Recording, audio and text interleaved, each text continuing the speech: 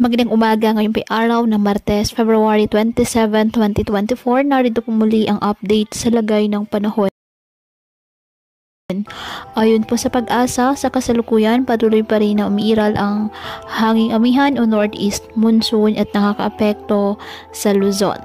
Ngayong araw, dahil po sa easterlies at ng trough ng isang low pressure area, ang Davao Region, Surigao del Sur, Surigao del Norte at Dinagat Islands asahan na maulap na halangitan na may kalat-kalat na pag-ulan at thunderstorms.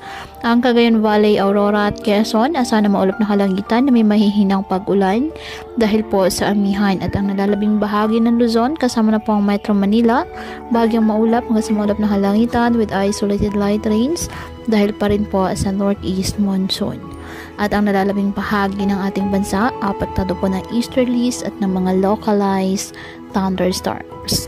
Kaya patuloy po natin na pag-iingat pa din ang ating mga kababayan sa pantapan po ng mga pagbaha at pagguho ng lupa, at ugalin po na magdala palagi ng payong o kahit naman panangga sa ulan o di kaya na may sa init ng araw kapag lalabas ng ating mga tahanan.